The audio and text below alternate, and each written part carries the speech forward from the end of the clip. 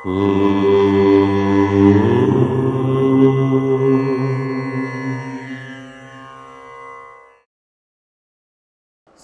గణేశ శారదా దత్తాత్రేయ సద్గురు పరబ్రహ్మణే నమః. వసుదేవసుతం దేవం కంసచానూరమర్దనం దేవకీ పరమానందం కృష్ణం వందే జగద్గురుం. స్వధర్మ ప్రేక్షకులకు మాస ఫలితాల్లో భాగంగా నవంబర్ నెల కార్తీక మాసము వృషభ రాశి వారికి ఎలా ఉండబోతోంది, ఎటువంటి పరిహారాలు పాటించాలి, ఏ విధమైన జాగ్రత్తలు తీసుకోవాలి అనేటువంటిది మాస ఫలితాల్లో ఇప్పుడు మనం చెప్పుకుందాము. వృషభ రాశి కృత్తిక 2, 3, 4 పాదాలు, రోహిణి 4 పాదాలు, మృగశిర 2 పాదాలు కలిస్తే వృషభ రాశి. వృషభ రాశి వారికి గ్రహ సంచార ప్రకారంగా బృహస్పతి ఈ 3వ స్థానంలో ఉన్నాడు వృషభ రాశి వారికి. అంటే కర్కాటకంలో ఉన్న గురువు యొక్క ఫలితాలు కొంత ఇబ్బందిగానే ఉంటాయి. అలాగే ఆర్థిక జాగ్రత్తలు చాలా వరకు కూడా అవసరమవుతాయి.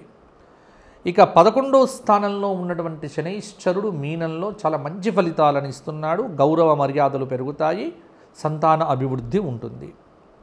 10వ స్థానంలో ఉన్నటువంటి రాహువు కూడా లాభాన్ని కలిగింపజేస్తాడు, కొంత అనుకూలంగా ఉంటుంది. అలాగే కేతువు 4వ స్థానంలో ఉన్నాడు. కాబట్టి కేతువు 4వ స్థానంలో ఉన్నప్పుడు కొంత గొడవలు కాకుండా జాగ్రత్త పడితే సరిపోతుంది.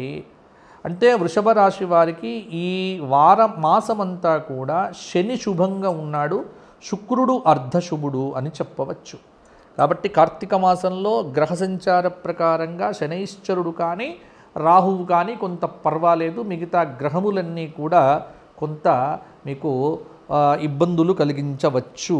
ముఖ్యంగా వృషభ రాశి వారు ఈ మాసమంతా కూడా ఆర్థిక పరంగా అనుకూలంగానే మంచి ఫలితాలు కలిగే అవకాశాలు ఎక్కువగా ఉన్నాయి. మీరు ఏదైతే చెయ్యదలుచుకున్నారో చేపట్టేటువంటి ప్రయత్నములన్నీ కూడా సఫలీకృతం అవుతాయి. క్రమక్రమంగా అభివృద్ధిని సాధిస్తారు. సమాజంలో మంచి పేరు అనేటువంటిది సంపాదిస్తారు. వ్యాపార పరంగా మాత్రము కొంత జాగ్రత్తగా ముందుకు వెళ్ళకపోతే ఇబ్బంది పడతారు. మొహమాటాన్ని విడిచిపెట్టండి. ఫస్ట్ ఏంటంటే ఈ మొహమాటం ఉందే, ఆ మొహమాటం వల్ల ఏ ఏ కార్యములు మీరు ఆరంభం చేశారో అవి విఘ్నములు ఎదురవుతూ ఉంటాయి. కొంత ఆరోగ్యం పట్ల కూడా వృషభ రాశి వారికి శ్రద్ధ అవసరం. భూ సంబంధమైనటువంటి గృహ సంబంధమైనటువంటి విషయములలో కూడా కొంత చికాకులు ఈ నవంబర్ నెల 14వ తేదీ నుంచి 24వ తేదీ వరకు రావచ్చు. విద్యార్థులకు విద్యాభ్యాసం అనేటువంటిది కొంత కఠినంగా ఉంటుంది, కానీ అనుకూలంగా ఉంటుంది. కొంత కష్టపడితే మంచి మార్పు అనేటువంటిది కూడా ఉంటుంది. అలాగే వ్యాపారపరంగా బాగుంటుంది. ప్రయాణములు చేసేటువంటి వారు ప్రతి ఘాతవారాదుల యందు కానీ లేకపోతే అమావాస్య అష్టమి రోజుల్లో నవమి రోజుల్లో ప్రయాణాలు మాత్రము కొంత జాగ్రత్తగా చేయండి. పెద్దల విషయంలో పెద్దల సలహాలు సూచనలు పాటించండి. స్వల్ప ప్రయత్నంతోనే దాదాపు మేలైన ఫలితాలు సాధిస్తారు. నూతన ఉద్యోగాలు కావలసినటువంటి వారు కొంత అధికంగా కష్టపడవలసి వస్తుంది. చాలా విషయాల్లో మీదే పైచేయి అవుతుంది. వ్యాపార విస్తరణకు కూడా అవకాశాలు అనేటువంటివి ఉన్నాయి. ఆర్థిక ఫలితాలు కొంత అనుకూలంగా ఉన్నాయి. భూ సంబంధ గృహ సంబంధ యోగాలు కూడా మీకు బాగానే ఉన్నాయి. కుటుంబ సభ్యులతో ఆనందంగా కాలం గడుపుతారు. కొంత మానసికమైనటువంటి ఆరోగ్యం మీద ప్రభావం అనేటువంటిది ఉంటుంది. ముఖ్యమైనటువంటి విషయాల్లో మేలైనటువంటి ఫలితాలు మాత్రము అందుకుంటారు. సంపూర్ణమైనటువంటి దైవ బలాన్ని సంపాదిస్తే వృషభ రాశి వారికి ఇబ్బంది లేదు. ఏకాగ్రతతో మీరు చేసేటువంటి ప్రతి పని కూడా పూర్తవుతుంది. మీకు సంపూర్ణ అవగాహన ఉంటేనే నూతన కార్యాలు ప్రారంభం చేయండి.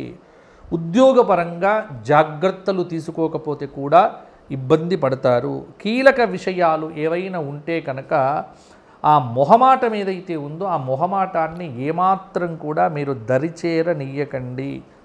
10, 12, 14 తేదీల్లో కూడా కొంత షేర్లలో కానీ మొదలైనటువంటి చోట లాభాలు కలుగుతాయి. వివాహాది శుభకార్యాల విషయంలో కూడా ముందడుగు వేస్తారు. శత్రువులకు వీలైనంత దూరంగా ఉండటం అనేటువంటిది కూడా మంచిది. కుటుంబ విషయాల యందు కొంత శ్రద్ధ పెట్టండి. కుటుంబ సభ్యులతో సర్దుబాట్లు అనేటువంటివి అవసరము. అనవసర వ్యవహారముల యందు ఎప్పుడు కూడా తలదూర్చకండి, అది మీకు ఇబ్బందిగా ఉంటుంది. మొత్తానికి ఈ మాసం అంతా కూడా చిన్న చిన్న అవకాశములను సద్వినియోగం చేసుకుంటూ ముందుకు వెళ్ళండి. ఉన్నత అధికారులను సులభంగా ఆకట్టుకునేటువంటి ప్రయత్నం చేస్తారు ఉద్యోగపరంగా కూడా. ఇక పరిహారాల విషయానికి వచ్చినట్లయితే వృషభ రాశి వారు ఈ మాసం అంతా కూడా బుధుడికి సంబంధించినవి, కుజుడికి సంబంధించినటువంటి శ్లోకాలు చెయ్యటం అనేటువంటిది కాస్త మంచి ఫలితాన్ని ఇవ్వవచ్చు. ఎందుకంటే వృషభం నుంచి 6వ స్థానంలో 7వ స్థానంలో ఉన్నటువంటి గ్రహములు కొంత ప్రభావాన్ని చూపిస్తాయి. కాబట్టి బుధ సంబంధంగా కుజ సంబంధంగా లక్ష్మీ నరసింహ కరావలంబ స్తోత్రము ప్రతిరోజు చేయండి. మంగళవారం నాడు వీలైనట్టుగా లక్ష్మీ నరసింహస్వామి వారి దేవాలయ దర్శనం చేసుకోండి, మీకు సంపూర్ణంగా అనుగ్రహం ఉంటుంది. అలాగే గణపతి సహస్రనామ స్తోత్ర పారాయణం కూడా మీకు అనుకూలతను పెంచుతుంది. వీలైనంత దైవ కార్యాలయందు ఈ మాసంలో పాల్గొనండి. శివ సహస్రనామ స్తోత్రాది పారాయణాలు వదిలిపెట్టకుండా చేయండి. గోసేవ ఏకాదశులు 2 కార్తీక మాసంలో వచ్చే 2 ఏకాదశులకు గోమాతలకు ఏదైనా సమర్పణం చేయండి, అది మీకు చాలా అనుకూలంగా ఉంటుంది. మీరు ఏదైనా గో సమర్పణం చేయదలుచుకుంటే మా కింద కనిపిస్తున్న నెంబర్కు కూడా మీరు మీ గోత్రము పేరు దాంతో మీరు ఎంత ద్రవ్యము అంటే మీ శక్తిని బట్టి మీరు ఇవ్వవచ్చు. ఒక 25 కిలోల గోధుమ చున్ని బస్తా సమర్పణం చెయ్యాలి అంటే సుమారుగా మాకు ఒక 950 రూపాయలు అవుతుంది. అది దాదాపుగా మాకు ఒక 5-6 రోజులు గోవులకు వస్తాయి.